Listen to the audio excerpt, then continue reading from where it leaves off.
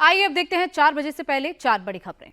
हरियाणा की चरखी दादरी से एक दिल दहला देने वाली खबर सामने आई। गौमांस खाने के आरोप में साबिर मलिक नाम के एक मजदूर की पीट कर हत्या कर दी गई। कहा जा रहा है कि पश्चिम बंगाल के रहने वाले साबिर मलिक कूड़ा बीनने और कबाड़ बेचने का काम करता था और झोंपड़ी में रहता था। गौ रक्षकों को शक हुआ कि साबिर मलिक ने गौमांस खाया था, जिसके बाद उसे कबाड़ बेचने के बहाने बुलाया गया और पीट कर उसकी हत्या कर दी गई। पुलिस ने इस सिलसिले में 5 गौ रक्षकों को गिरफ्तार किया है। इनमें से 4 लोग स्थानीय ही हैं। मॉब लिंचिंग की इस घटना के बाद पुलिस ने यहां रह रहे प्रवासी मजदूर की सुरक्षा भी बढ़ा दी। महाराष्ट्र में विधानसभा चुनाव की तारीखों का भी ऐलान तो नहीं हुआ है, लेकिन कांग्रेस ने घोषणा पत्र की तैयारी शुरू कर दी है।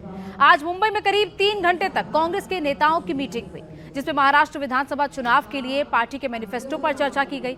मीटिंग के बाद पूर्व मुख्यमंत्री पृथ्वीराज चौहान ने कहा कि राहुल गांधी ने अपनी भारत जोड़ो यात्रा और न्याय यात्रा के दौरान जो वादे किए थे, उन्हें घोषणा पत्र में शामिल किया जाएगा।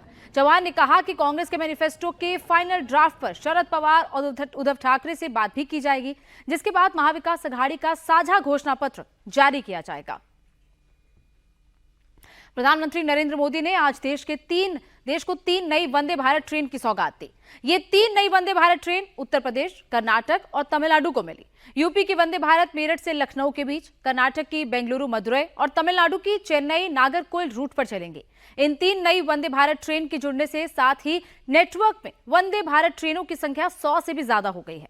वीडियो कॉन्फ्रेंसिंग के जरिए इन तीनों ट्रेन का प्रधानमंत्री नरेंद्र मोदी ने उद्घाटन किया और कहा कि उनकी सरकार की प्राथमिकता सुरक्षित और आरामदेह रेलवे सफर मुहैया कराना है।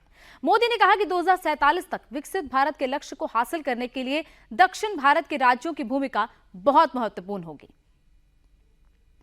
उत्तराखंड के केदारनाथ से हैरान करने वाली तस्वीर सामने आई। यहां एयरलिफ्ट करके ले जाया जा रहा एक हेलीकॉप्टर दुर्घटना का शिकार हो गया। दरअसल एक प्राइवेट कंपनी को हेलीकॉप्टर केदारनाथ के पास खराब पड़ा था। इसकी मरम्मत के लिए एयरफोर्स के MiG-17 चॉपर को बुलाया गया। प्लेन इस हेलीकॉप्टर को एयरलिफ्ट करके ले ही जा रहा था कि चेन टूट गई और हेलीकॉप्टर खाई में गिर गया। राहत की बात यह है कि इस हादसे में कोई हताहत नहीं हुआ। घटना की जांच के आदेश दे दिए गए हैं। हालांकि शुरुआती तौर पर यह कहा जा रहा है कि हेलीकॉप्टर को लोड ज्यादा हो गया था। ऐसे में कहीं MI-17 हादसे का शिकार न हो जाए, इससे बचने के लिए हेलीकॉप्टर को ऑफलोड किया गया।